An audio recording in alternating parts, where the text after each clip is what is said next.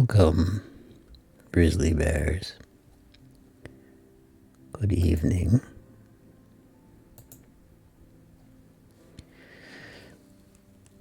This is my first stream in almost 2 weeks, I think. Actually, exactly 2 weeks. I was on vacation for a little while, not 2 weeks, but I had to unfortunately cancel my final stream that was scheduled before vacation, so it ended up being 2 weeks. Although, this is a little extra bonus stream. I didn't realize I was going to be able to stream tonight, but turns out I can. Apologies for the engine ASMR. Somebody is very proud of the noise that their car makes.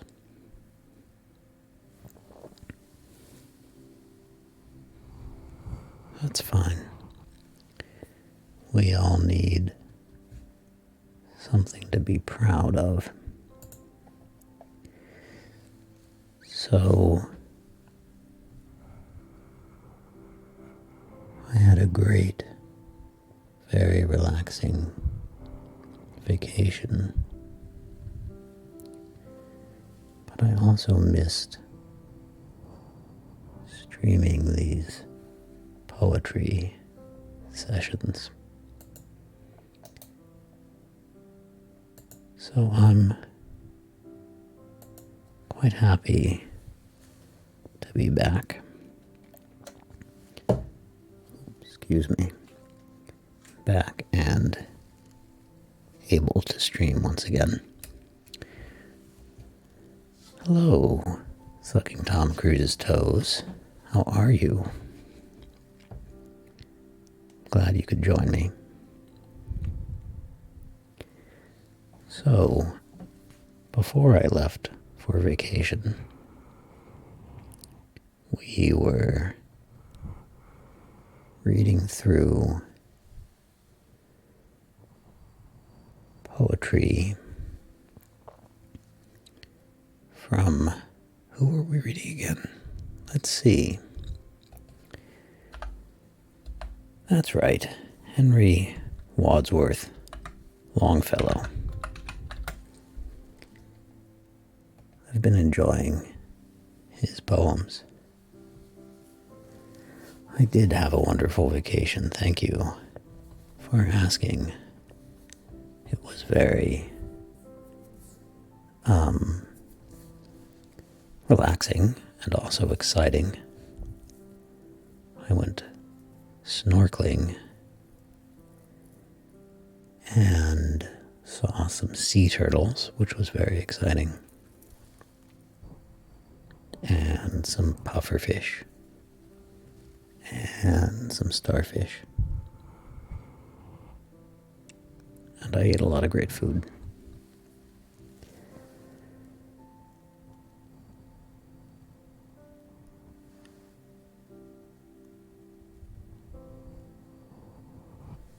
Alrighty. So, we last read, according to my bookmark here, a poem called A Gleam of Sunshine. I even vaguely remember that poem. And the next poem here is called The Arsenal at Springfield.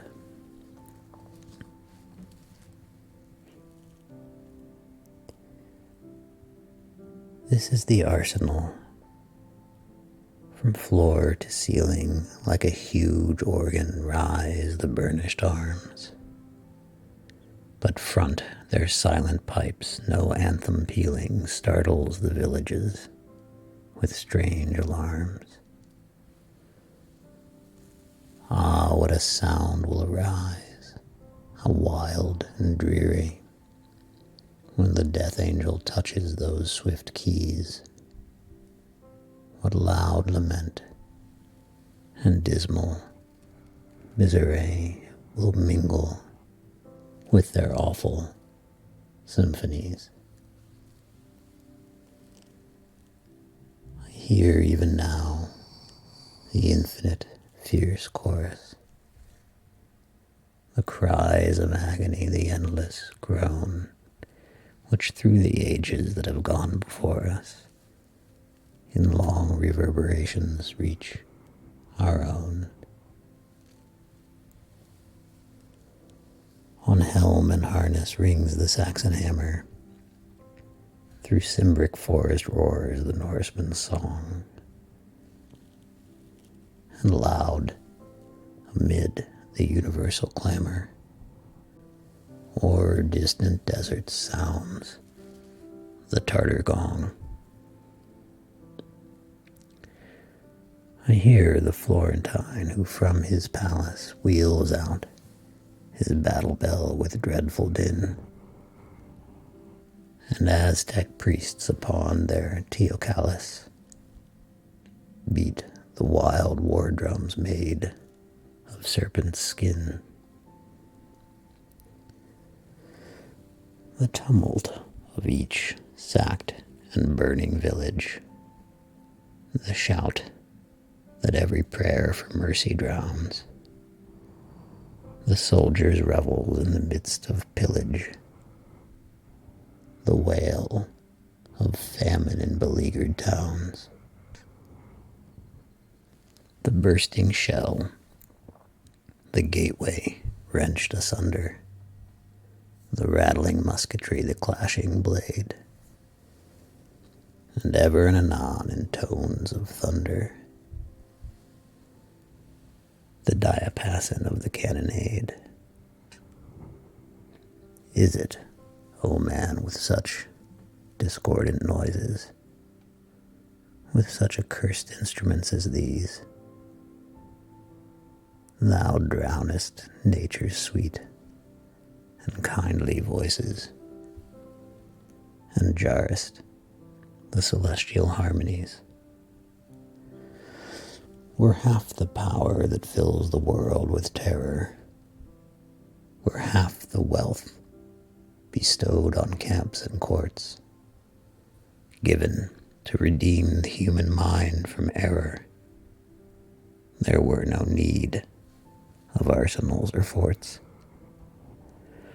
The warrior's name would be a name abhorred, and every nation that should lift again its hand against a brother on its forehead would wear forevermore the curse of Cain. Down the dark future, through long generations, the echoing sounds grow fainter and then cease. And like a bell, with solemn sweet vibrations, I hear once more the voice of Christ say, peace. Peace, and no longer from its brazen portals the blast of war's great organ shakes the skies, but beautiful as songs of the immortals, the holy melodies of love arise.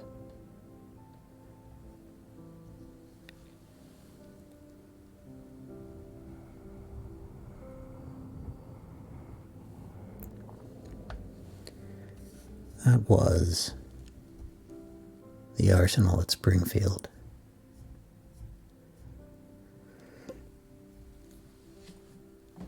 A very old poem, but oddly topical today, I think.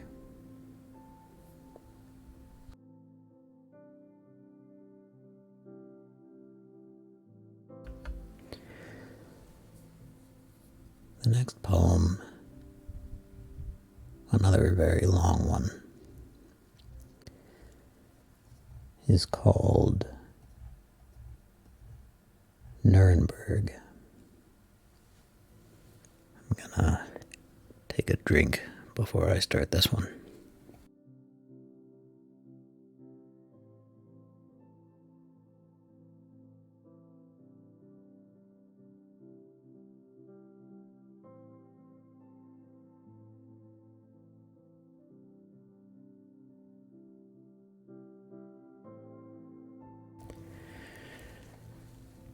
All right, Nuremberg by Henry Wadsworth Longfellow.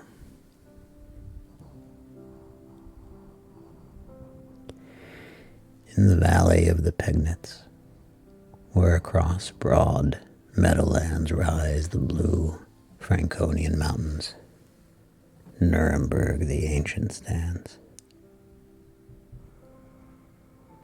Quaint old town of toil and traffic, quaint old town of art and song. Memories haunt thy pointed gables,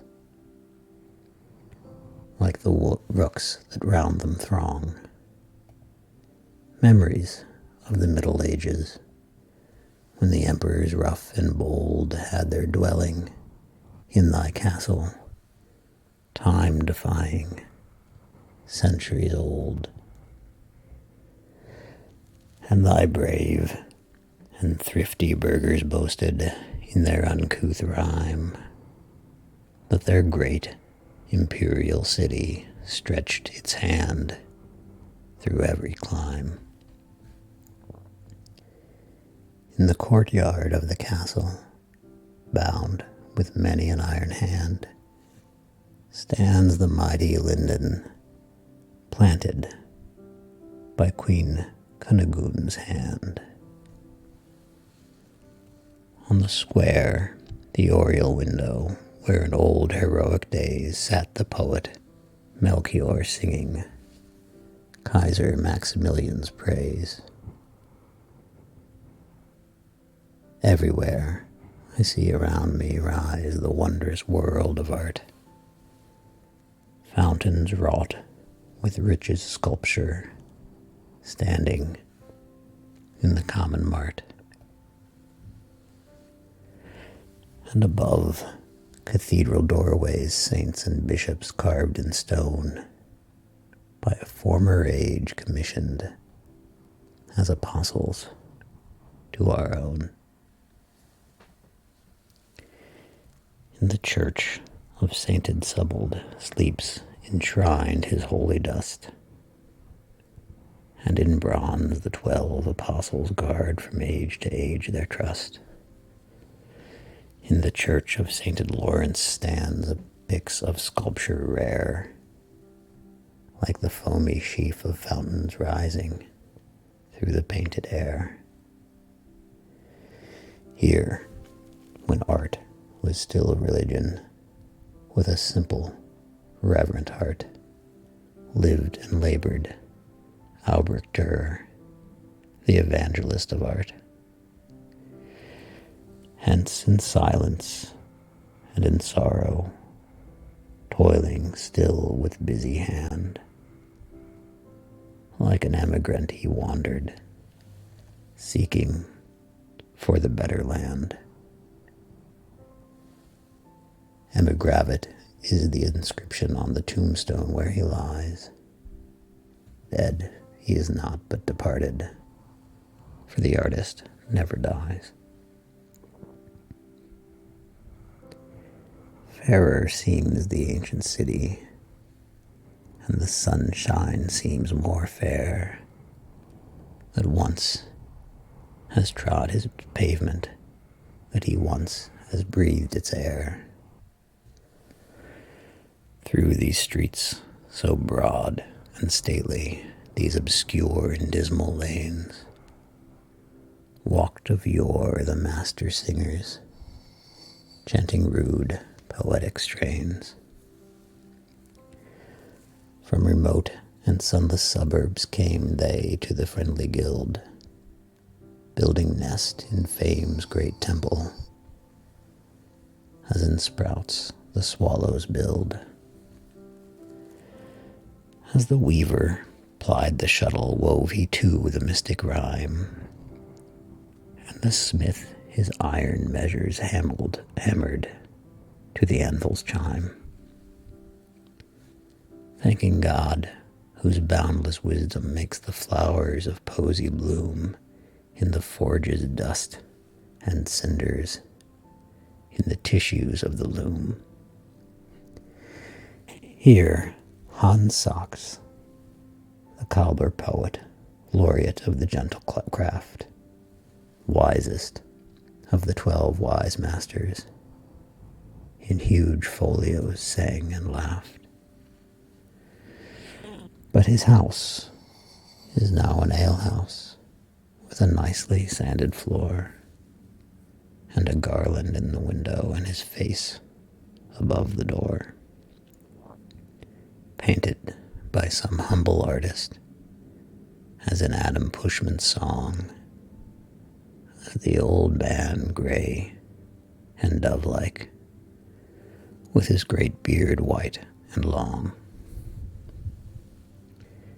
And at night the swart mechanic comes to drown his cark and care, quaffing ale from pewter tankard in the master's antique chair. Vanished is the ancient splendor, and before my dreamy eye wave these mingled shapes and figures like a faded tapestry. Not thy counsels, not thy Kaisers win for thee the world's regard, but thy painter, Albrecht Dürer, and Hans Sachs, thy cobbler bard. Thus, O Nuremberg, a wanderer from a region far away, as he paced thy streets and courtyards, sang in thought his careless lay, gathering from the pavement's crevice as a floweret of the soil the nobility of labor, the long pedigree of toil.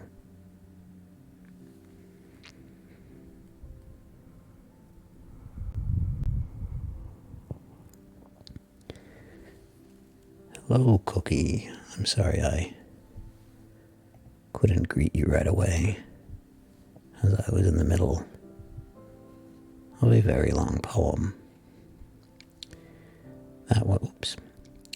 That was Nuremberg by Henry Wadsworth Longfellow. I should pin a little message to that effect.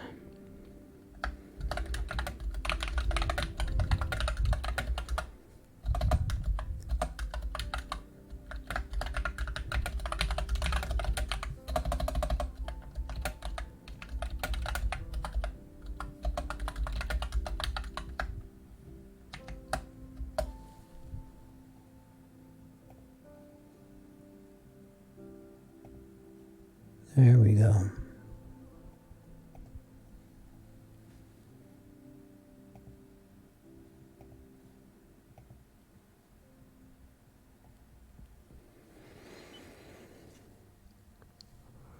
Sorry for the typing ASMR. That was a little loud, I guess.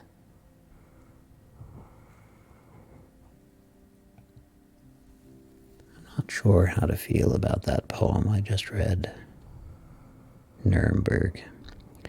It was written, of course, long before Nuremberg.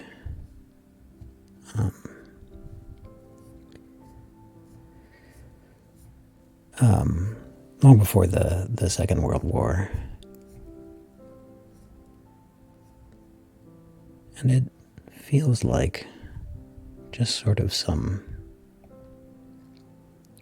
name dropping about famous artists in Nuremberg. most of whom I do not recognize.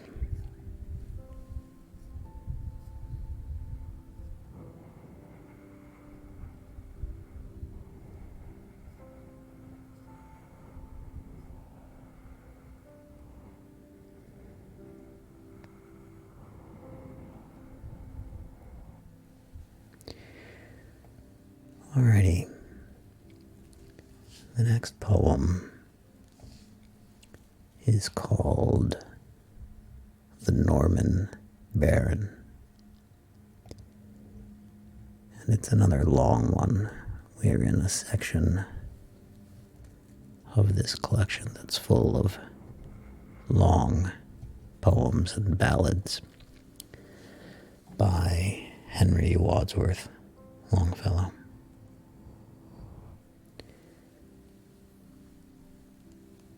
This poem has an introduction in French, which I will not read. My French isn't terrible, but it's not good enough to subject anybody else to. So I'll just start with the poem itself.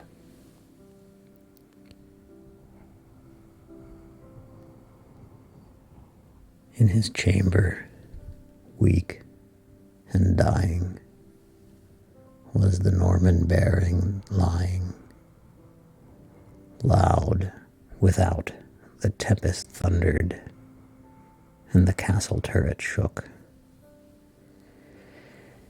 In this fight was death the gainer, spite of vassal and retainer, and the lands his sires had plundered, written in the doomsday book.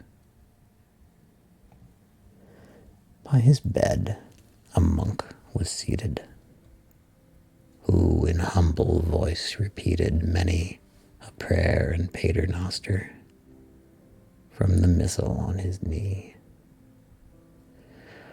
And amid the tempest pealing, sounds of bells came faintly stealing, bells that from the neighboring cloister rang for the nativity. In the hall, the serf and vassal held that night their Christmas wassail. Many a carol, old and saintly, sang the minstrels and the waits. And so loud these Saxon gleemen sang to slaves the songs of freemen, that the storm was heard but faintly, knocking at the castle gates. Till at length the lays they chanted reached the chamber terror-haunted, where the monk, with accents holdly, whispered at the baron's ear. Tears upon his eyelids glistened, as he paused a while and listened, and the dying baron slowly turned his weary head to hear.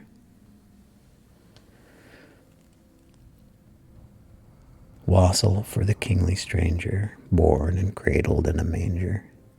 King like David, priest like Aaron, Christ is born to set us free. And the lightning showed the sainted figures on the casement painted, and exclaimed the shuddering baron, Miserere Domini.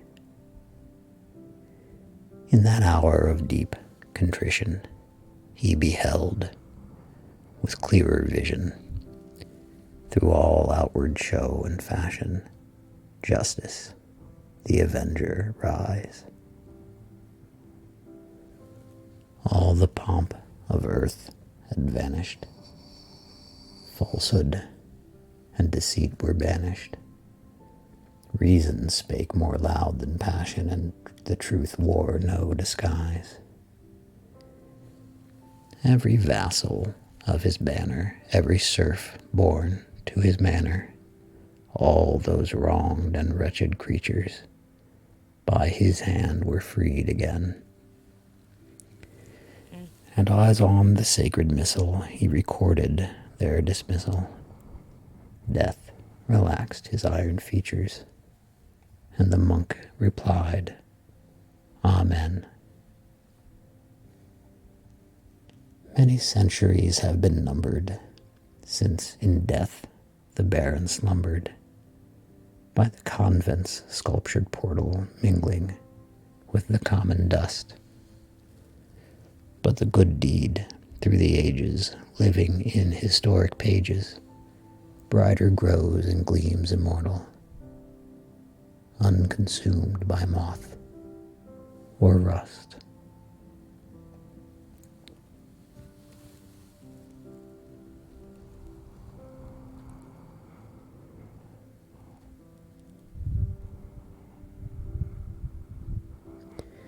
I have to say, this particular section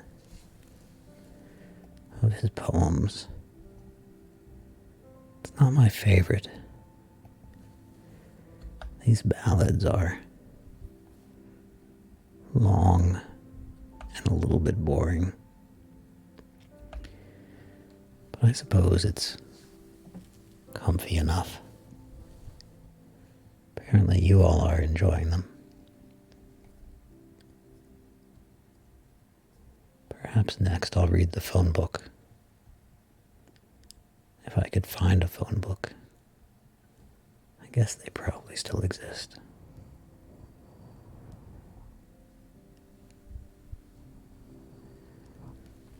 The next one is called Rain in Summer. How beautiful is the rain. After the dust and heat in the broad and fiery street, in the narrow lane, how beautiful is the rain. How it clatters along the roofs like the tramp of hoofs, how it gushes and struggles out from the throat of the overflowing spout. Across the window pane it pours and pours, and swift and wide, with a muddy tide like a river down the gutter roars. The rain, the welcome rain. The sick man from his chamber looks at the twisted brooks. He can feel the cool breath of each little pool. His fevered brain grows calm again, and he breathes a blessing on the rain. From the neighboring school come the boys, with more than their wonted noise and commotion, and down the wet streets sail their mimic fleets, till the treacherous pool engulfs them in its whirling and turbulent ocean. In the country, on every side, where far and wide, like a leopard's tawny and spotted hide stretches to the plain, to the dry grass and the drier grain, how welcome is the rain. In the furrowed land, the toilsome and patient oxen stand, lifting the yoke-encumbered head with their dilated nostrils spread. They silently inhale the clover-scented gale, and the vapors that arise from the well-watered and smoking soil. For this rest in the furrow after toil, their large and lustrous eyes seem to thank the Lord more than man's spoken word. Near at hand, from under the sheltering trees, the farmer sees his pastures and his fields of grain, and they bend their tops to the numberless beating drops of the incessant rain. He counts it as no sin that he sees therein only his own thrift and gain. These and far more than these the poet sees. He can behold old Aquarius walking the fenceless fields of air, and from each ample fold of the clouds about him rolled, scattering everywhere the showery rain, as the farmer scatters his grain. He can behold things manifold that have not yet been wholly told, have not been wholly sung nor said. For his thought that never stops follows the water drops down the graves of the dead, down through chasms and gulfs profound to the dreary fountainhead of lakes and rivers underground, and sees them when the rain is done on the bridge of colors 7, climbing up once more to heaven opposite the setting sun. Thus the seer with vision clear sees forms appear and disappear in the perpetual round of strange, mysterious change, from birth to death, from death to birth, from earth to heaven, from heaven to earth, till glimpses move, till glimpses more sublime of things unseen before, unto his wondering eyes reveal the universe as an immeasurable wheel, turning forevermore in the rapid and rushing river of time.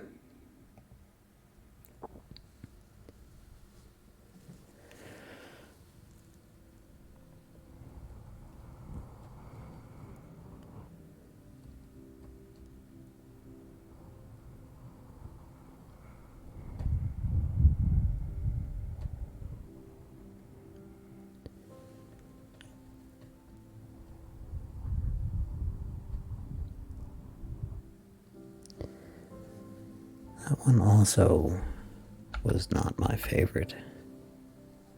That was Rain in Summer by Henry Wadsworth Longfellow. I found it, once again, overly long. Parts of it were pretty good. It had some nice rhymes in there.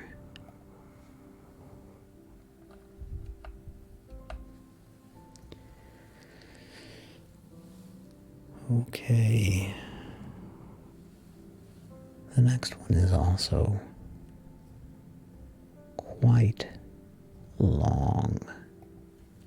My goodness.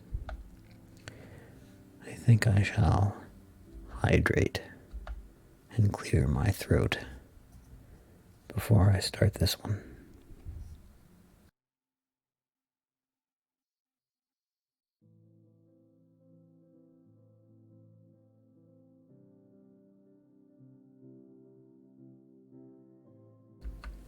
Okay, this poem is called To a Child, and it's gonna take a while, so settle in.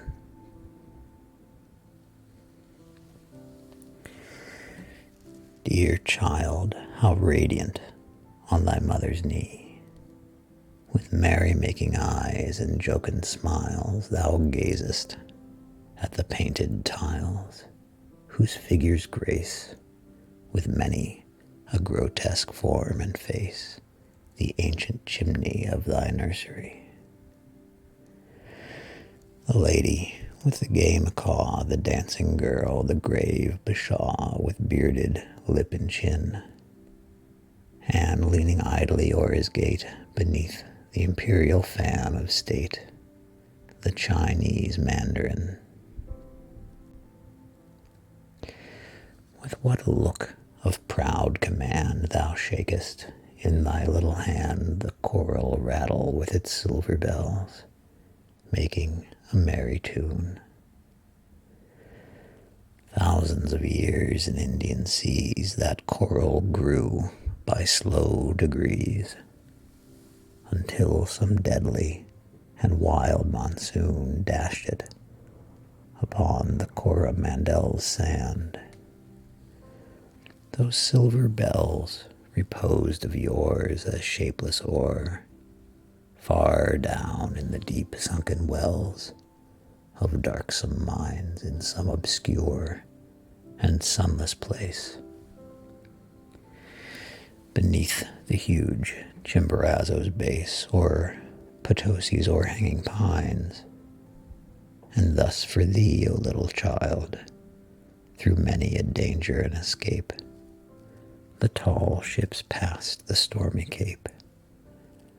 For thee in foreign lands remote, beneath a burning tropic clime, the Indian peasant chasing the wild goat, himself as swift and wild, in falling clutched the frail arbute, the fibers of whose shallow root, uplifted from the soil, betrayed the silver veins beneath it laid, the buried treasures of the miser, time. But lo, thy door is left ajar, thou hearest footsteps from afar, and at the sound thou turnest round with quick and questioning eyes, like one who in a foreign land beholds on every hand some source of wonder and surprise. And restlessly, impatiently, thou strugglest to be free. The four walls of thy nursery are now like prison walls to thee.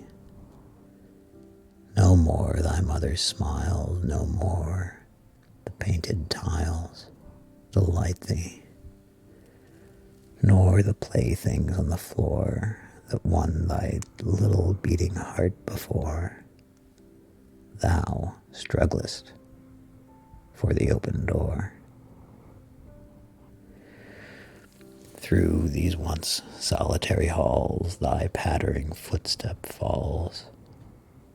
The sound of thy merry voice makes the old walls jubilant, and they rejoice with the joy of thy young heart, or the light of whose gladness no shadows of sadness from the somber background of memory start. Ah, once within these walls, one whom memory oft recalls, the father of his country dwelt. And yonder meadows broad and damp, the fires of the besieging camp encircled with a burning belt.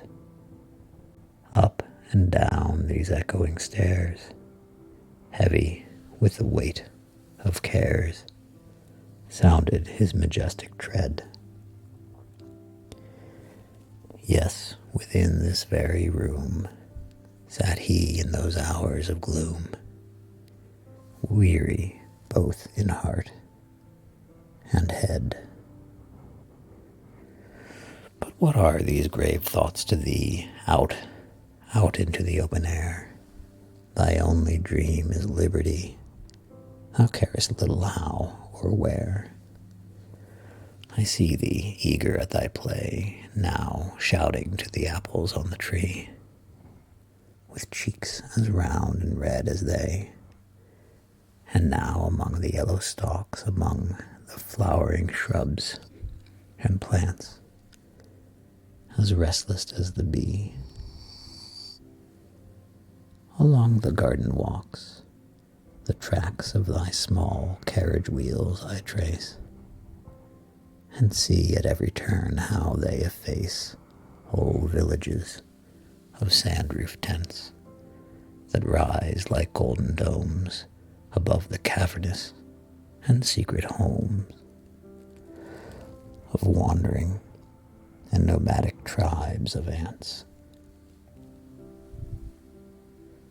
Ah, cruel little Tamerlane, who with thy dreadful reign dost persecute and overwhelm these hapless troglodytes of thy realm. What, tired already with those supplicant looks and voice more beautiful than a poet's books, or murmuring sound of water as it flows? Thou comest back to parley with repose. This rustic seat in the old apple tree, with its o'erhanging golden canopy of leaves illuminate with autumnal hues, and shining with the argent light of dews, shall for a season be our place of rest. Beneath us, like an oriole's pendant nest, from which the laughing birds have taken wing, by thee abandoned, hangs thy vacant swing. Dreamlike the waters of the river gleam, a sailless vessel drops adown the stream,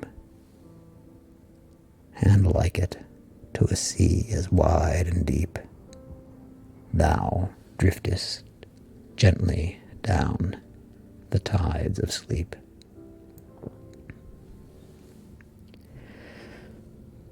O child, O newborn denizen of life's great city, on thy head the glory of the morn is shed. Like a celestial benison, here at the portal thou dost stand, and with thy little hand thou openest the mysterious gate into the future's undiscovered land. I see its valves expand as at the touch of fate, into those realms of love and hate, into that darkness blank and drear. By some prophetic feeling taught, I launch the bold, adventurous thought, freighted with hope and fear. As upon subterranean streams, in caverns unexplored and dark, men sometimes launch a fragile bark, laden with flickering fire, and watch its swift receding beams until at length they disappear, and in the distant dark expire.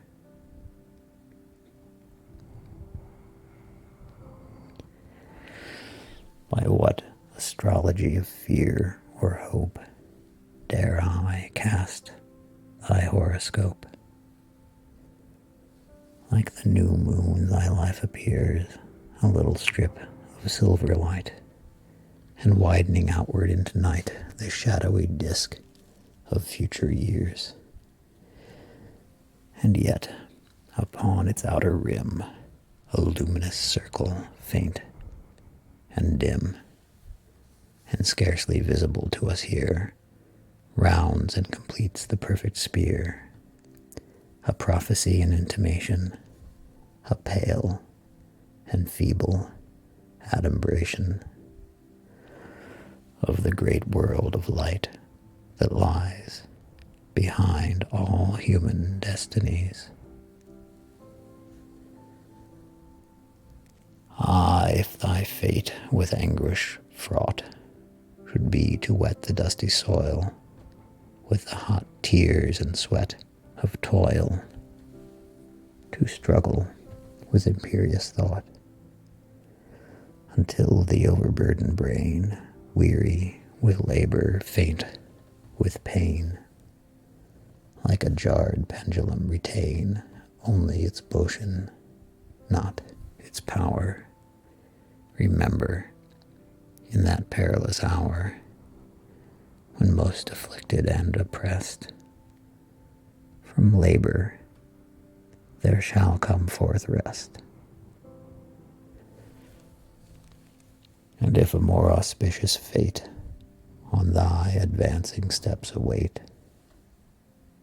still let it ever be thy pride to linger by the laborer's side, with words of symphony or song, to cheer the dreary march along of the great army of the poor, o'er desert sand, or dangers more. Nor to thyself the task shall be without reward, for thou shalt learn the wisdom early to discern true beauty and utility, as great Pythagoras of yore, standing beside the blacksmith's door, and hearing the hammers as they smote the ample anvils with a different note, stole from the varying tones that hung vibrant on every iron tongue the secret of the sounding wire, and formed the seven-chorded yet lyre. Enough, I will not play this here. I will no longer strive to ope the mystic volume, where appear the herald hope, forerunning fear, and fear the pursuivant of hope. Thy destiny remains untold, for like a Cestes shaft of old, the swift thought kindles as it flies, and burns to ashes in the skies.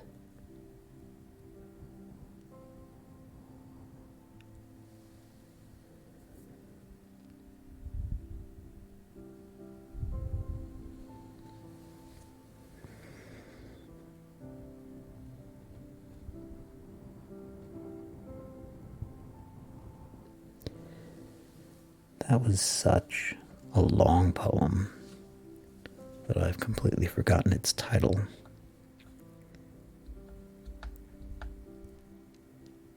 Ah, yes, it was called To a Child. My goodness. When Longfellow got going, he just kept going.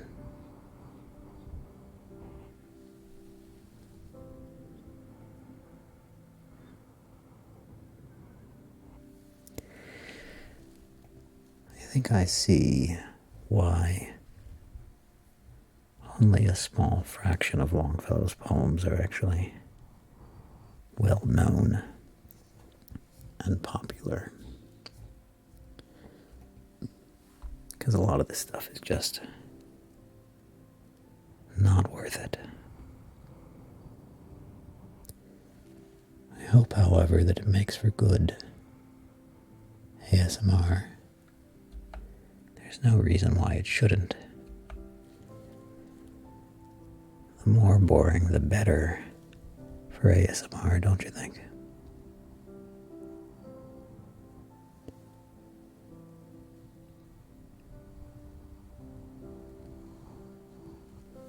Alrighty. Up next, another long one, but not as long.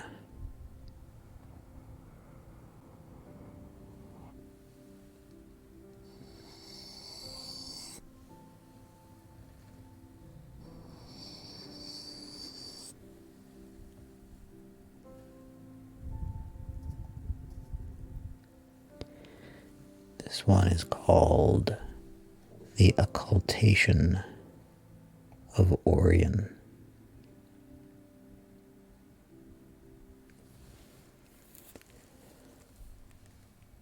I saw, as in a dream sublime, the balance in the hand of time.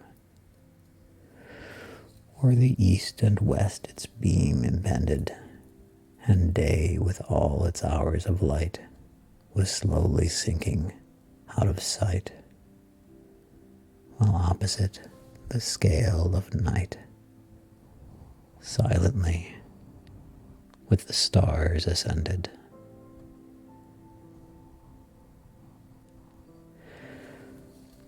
Like the astrologers of eld, in that bright vision I beheld greater and deeper mysteries. I saw, with its celestial keys, its chords of air, its frets of fire, the Samian's great Aeolian lyre, rising through all its sevenfold bars, from earth unto the fixed stars, and through the dewy atmosphere. Not only could I see but hear its wondrous and harmonious strings, in sweet vibration, sphere by sphere, from Dian's circle light and near, onward to vaster and wider rings, where chanting through his beard of snow, majestic, mournful, Saturn goes, and down the sunless realms of space reverberates the thunder of his bass. Beneath the sky's triumphal arch, this music sounded like a march, and with its chorus seemed to be preluding some great tragedy. Sirius was rising in the east, and slow ascending one by one, the kindling constellations shone. Begirt with many a blazing star, stood the great giant Algebar, Orion, hunter of the beast. His sword hung gleaming by his side, and on his arm the lion's hide, scattered across the midnight air, the golden radiance of its hair. The moon was pallid, but not faint, and beautiful as some fair saint, serenely moving on her way in hours of trial and dismay, as if she heard the voice of God. Unharmed with naked feet she trod upon the hot and burning stars, as on the glowing coals and bars, that were to prove her strength and try her holiness and her purity.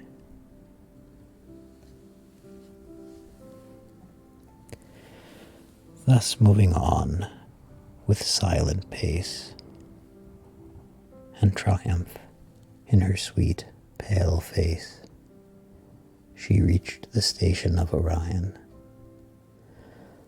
Aghast he stood in strange alarm, and suddenly from his outstretched arm down fell the red skin of the lion. Into the river at his feet his mighty club no longer beat the forehead of the bull, but he reeled as of yore beside the sea, when, blinded by Oenopion, he sought the blacksmith at his forge, and climbing up the mountain gorge, fixed his blank eyes upon the sun. Then, through the silence overhead, an angel with a trumpet said, "Forevermore, forevermore, the reign of violence is o'er." And like an instrument that flings its music on another's strings, the trumpet of the angel cast Upon the heavenly lyre its blast, and on from sphere to sphere the words re-echoed down the burning chords. Forevermore, forevermore, the reign of violence is o'er.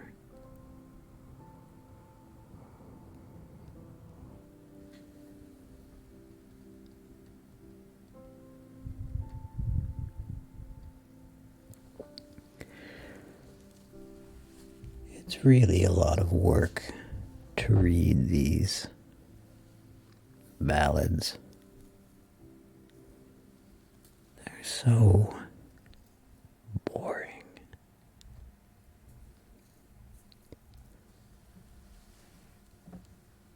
But it's also relaxing, so I will take a slight break here, drink some water, clear my throat, which is starting to feel a bit strained, and then we'll tackle the next one, which is another very long one.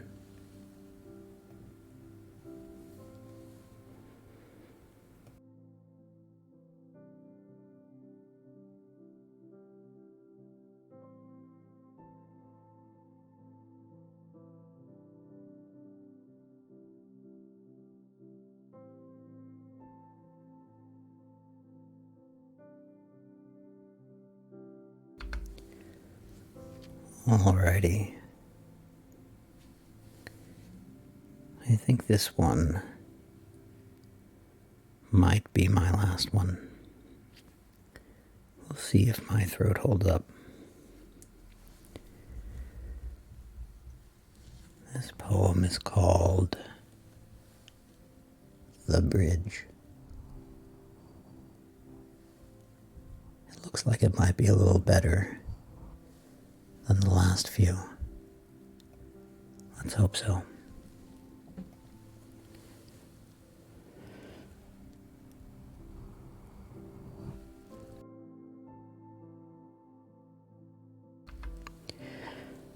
I stood on the bridge at midnight as the clocks were striking the hour and the moon rose o'er the city behind the dark church tower.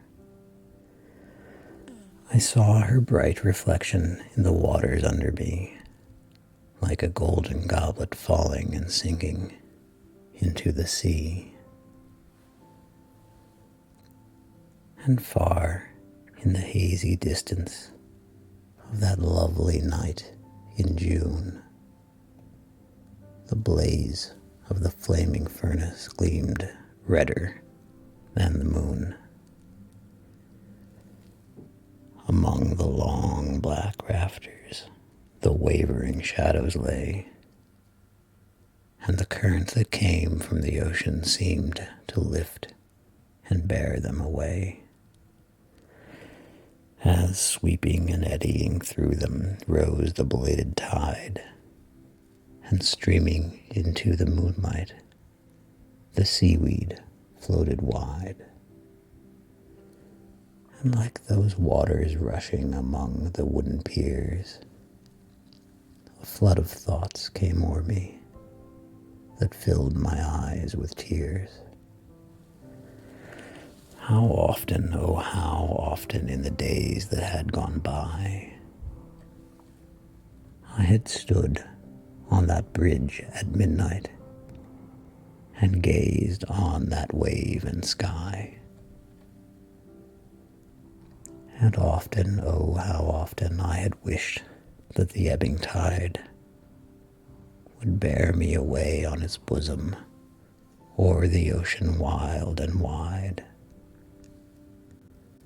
For my heart was hot and restless, and my life was full of care, and the burden laid upon me seemed greater than I could bear. But now it has fallen from me. It is buried in the sea, and only the sorrow of others throws its shadow over me. Yet, whenever I cross the river on its bridge with wooden piers, like the odor of brine from the ocean, comes the thought of other years. And I think how many thousands of care-encumbered men, each bearing his burden of sorrow, have crossed the bridge since then. I see the long procession still passing to and fro, the young heart hot and restless, and the old subdued and slow. And forever, as long as the river flows, as long as the heart has passions, as long as life has woes, the moon and its broken reflection and its shadows shall appear as the symbol of love in heaven, and its wavering image here.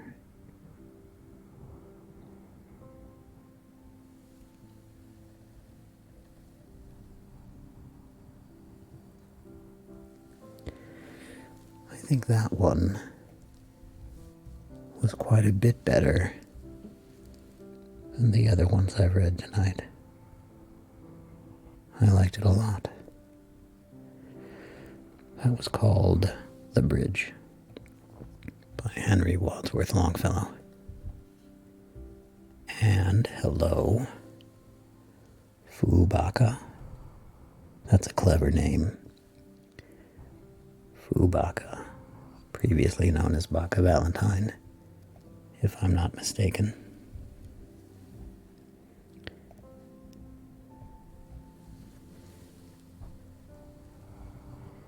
Yes, I like your new name. It's very cute.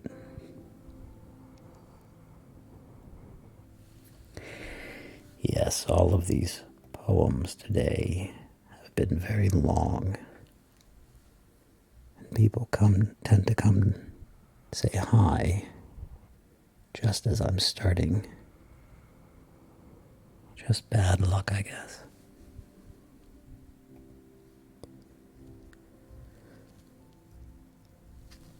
Okay. That one was really nice, which seems to have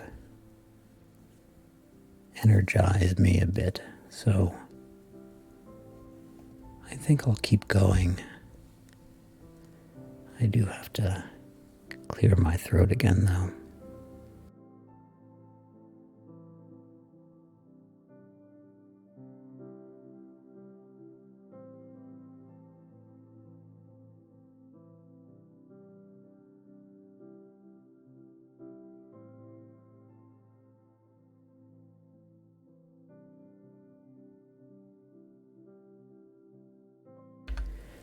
I will keep going as long as my voice holds out, but perhaps you can hear it's starting to give out already.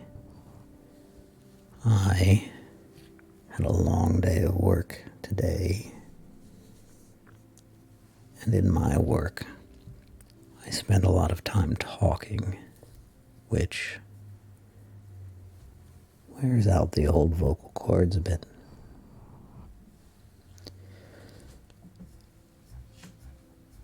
Okay, the next one is another long one.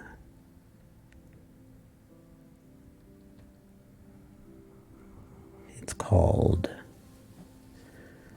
to the driving cloud.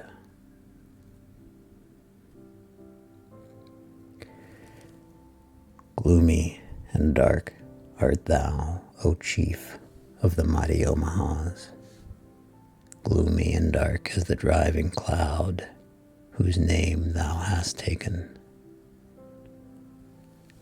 Wrapped in thy scarlet blanket, I see thee stalk through the city's narrow and populous streets, as once by the margin of rivers stalked those birds unknown that have left us only their footprints. What, in a few short years, will remain of thy race but the footprints? How canst thou walk these streets, who hast trod the green turf of the prairies? How canst thou breathe this air, who hast breathed the sweet air of the mountains? Ah, 'tis in vain that with lordly looks of disdain thou dost challenge, looks of disdain in return, and question these walls and these pavements, claiming the soil for thy hunting grounds, while downtrodden millions starve in the garrets of Europe, and cry from its caverns that they, too, have been created heirs of the earth, and claim its division. Back then, back to thy woods in the regions west of the Wabash. There as a monarch thou reignest. In autumn, the leaves of the maple pave the floors of thy palace halls with gold, and in summer, pine trees waft through its chambers the odorous breath of their branches. There thou art strong and great, a hero, a tamer of horses. There thou chasest the stately stag on the banks of the Elkhorn, or by the roar of the running water, or where the Omaha calls thee, and leaps through the wild ravine like a brave of the Blackfeet. Hark, what murmurs arise from the heart of those mountainous deserts. Is it the cry of the foxes and crows, or the mighty behemoth who, unharmed, on his tusks once caught the bolts of the thunder, and now lurks in his lair to destroy the race of the red man? Far more fatal to thee and thy race than the crows and foxes. Far more fatal to thee and thy race than the tread of behemoth, lo, the big thunder canoe that steadily breasts the Missouri's merciless current. And yonder, afar on the prairies, the campfires gleam through the night, and the cloud of dust in the gray of the daybreak marks not the buffalo's track, nor the Mandan's dexterous horse race. It is a caravan, whitening the desert where dwell the Comanches. Ah, how the breath of these Saxons and Celts, like the blast of the east wind, drifts evermore to the west, the scanty smokes of thy wigwams.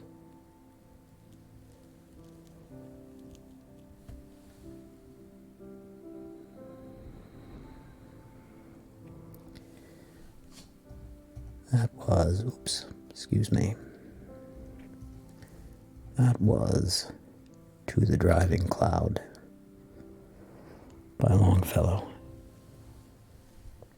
And hello, Sebastian 26.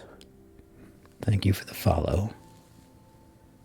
Welcome to the Grizzly Bears. I hope you enjoy your time here.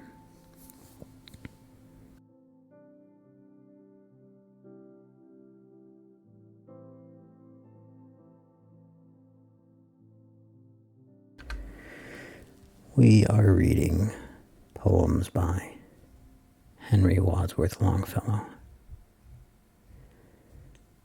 And we have just finished, it looks like, this section of ballads,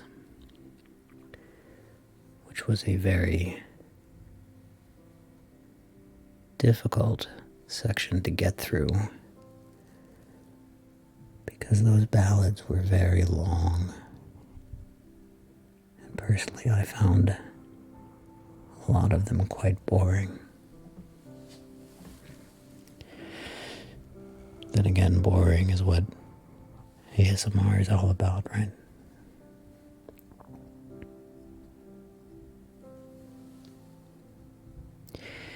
So now we are beginning a section of poems called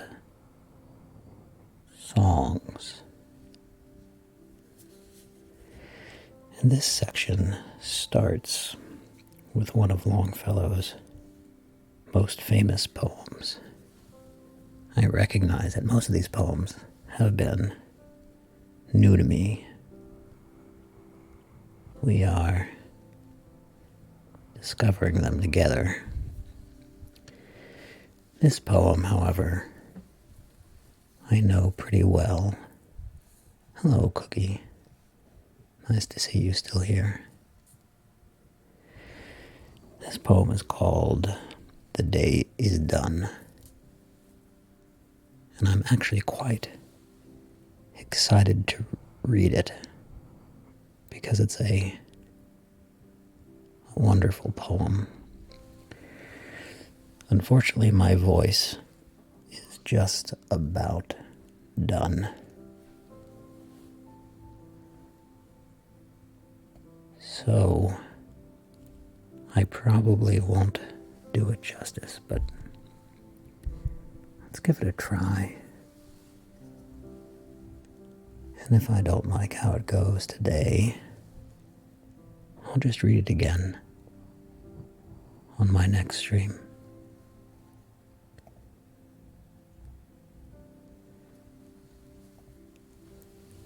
Some hydration, yes, that's a good thought.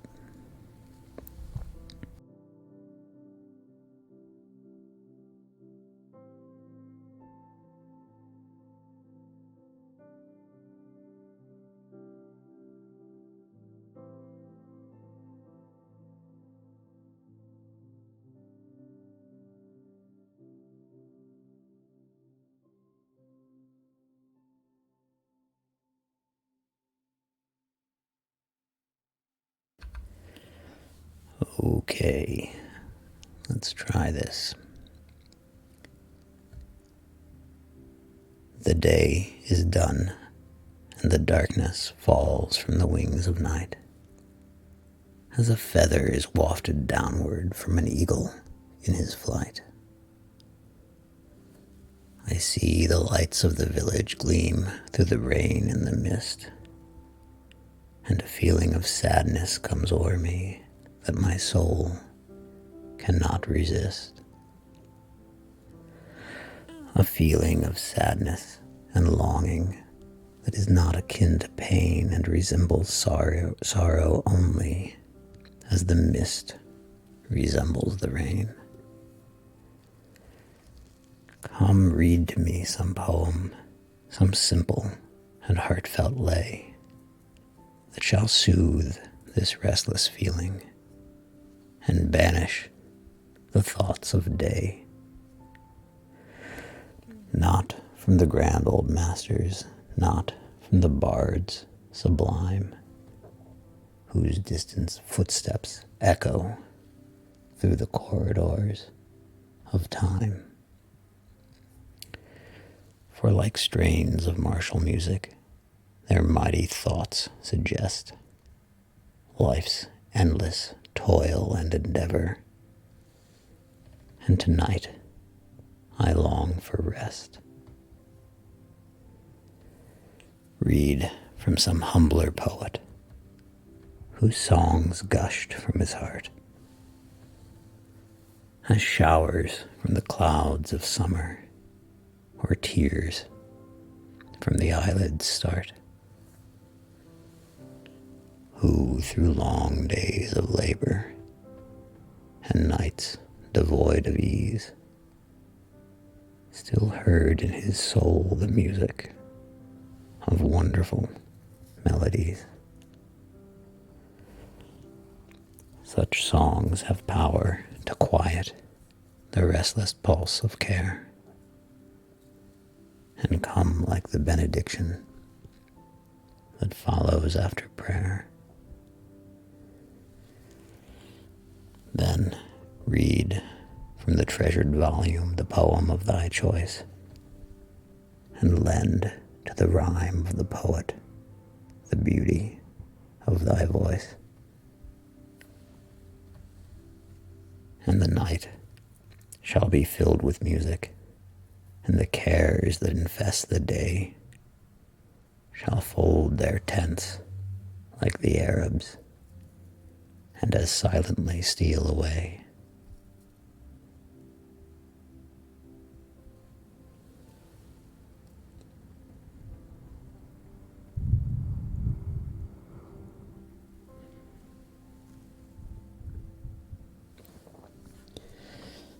That was The Day Is Done by Henry Wadsworth Longfellow. I think I did all right. That was my first time reading that poem aloud. That is a good one. It is definitely one of his best. And I am going to bookmark it for sure and come back to that one.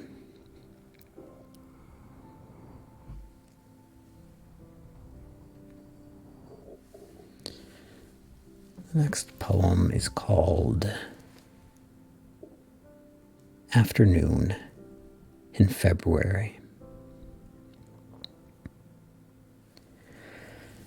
The day is ending, the night is descending, the marsh is frozen, the river dead.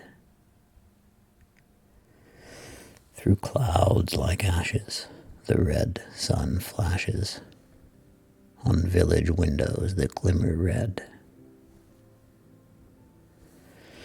The snow recommences. The buried fences mark no longer the road or the plain, while through the meadows like fearful shadows slowly passes a funeral train. The bell is pealing, and every feeling within me responds to the dismal knell. Shadows are trailing, my heart is bewailing, and tolling within like a funeral bell.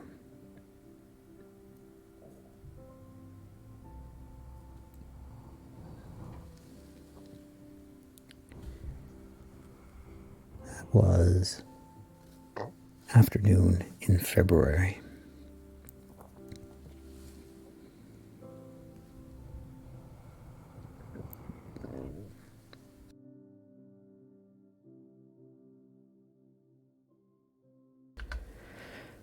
I think my voice might hold out just a little longer, though my stomach is making quite a lot of noise. You might hear that.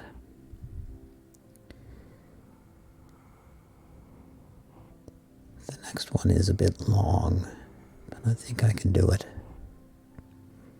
It's called To an Old Danish Songbook.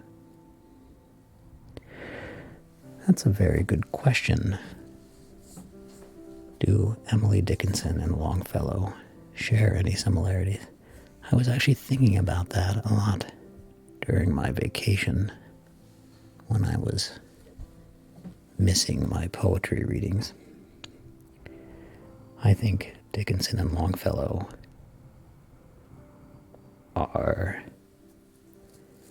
they represent opposite ends of American poets, I would say.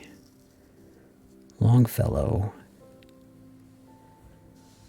was a more traditional poet with mostly strong rhymes and pretty imagery and pretty language, but a little bit, what's the word?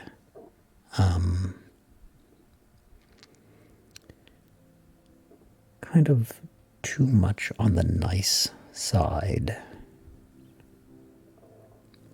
And Emily Dickinson was a little bit sharp, a little bit cynical in her poems. Longfellow was all sort of flowers and, yeah, sugarcoating. Yeah. Not a lot of irony or wit in Longfellow, but Emily Dickinson was all about irony and wit. I really like them both, but in very different ways. I definitely want to go back and read more Dickinson. I actually, oddly enough, reading Longfellow, I think, made me appreciate Dickinson more. I miss that wit that she has. Alrighty. To an old Danish songbook.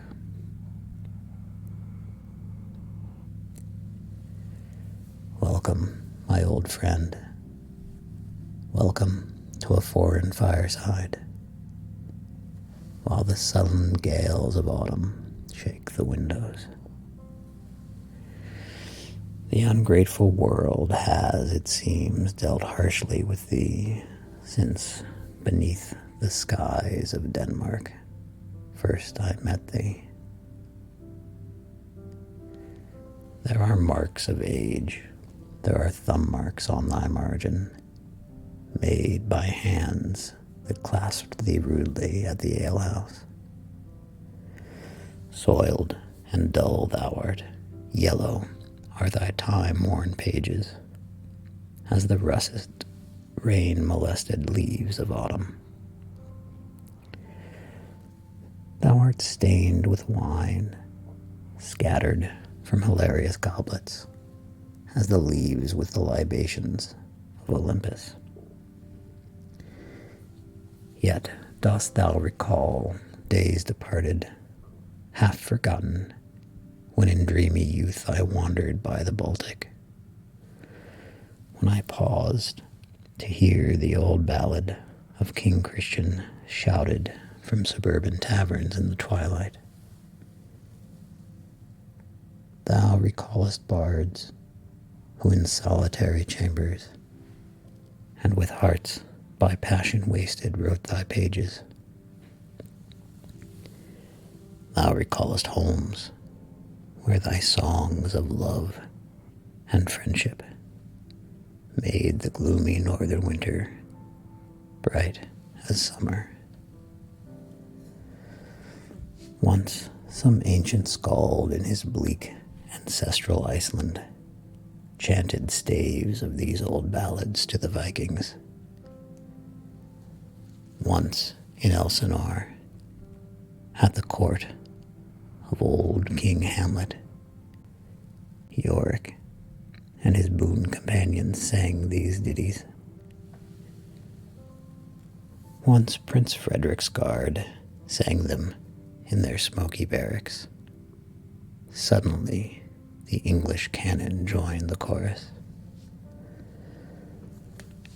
Peasants in the field Sailors on the roaring ocean, students, tradesmen, pale mechanics, all have sung them.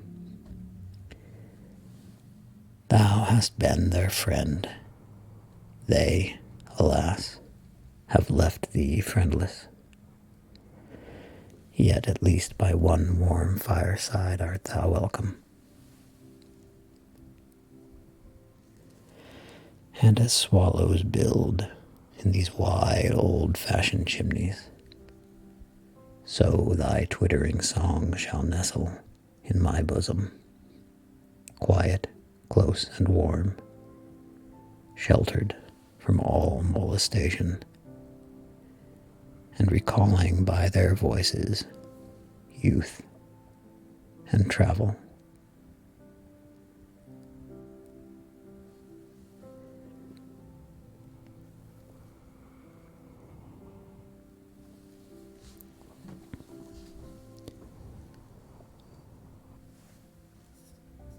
That was a poem called To an Old Danish Songbook, which I think was literally a poem written to an old Danish songbook.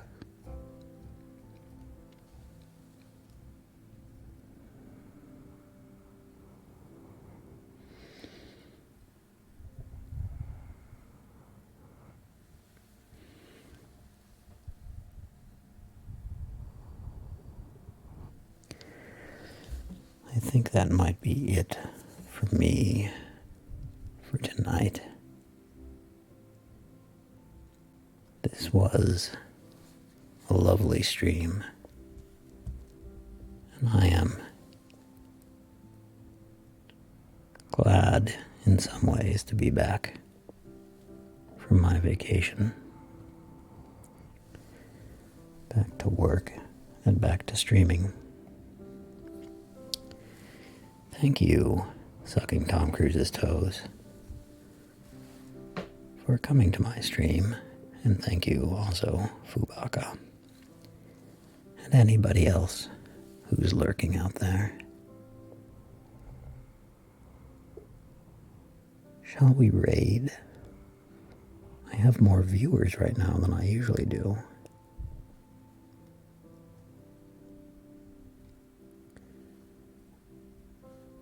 Who do we have online right now?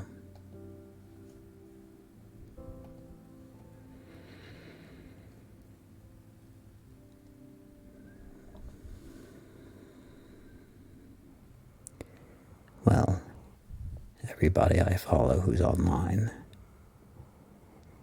has too many viewers, and it would be embarrassing to raid them, so, as usual,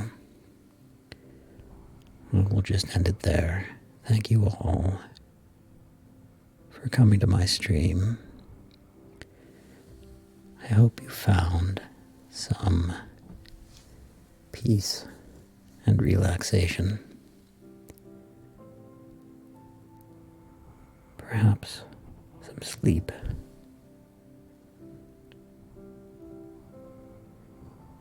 And I hope you can hold that feeling.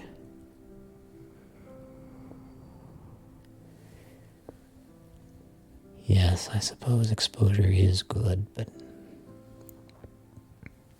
I'm quite happy to raid small streamers as a small streamer, but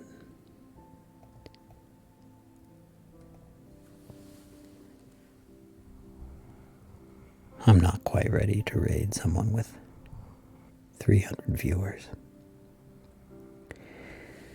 Thank you, Fubaka. I'm glad you find it comfy. Ooh, there goes my tummy again. I'd better end it there, so thank you all for coming. Enjoy the rest of your day or evening. Oh yes, honey. I should have some honey.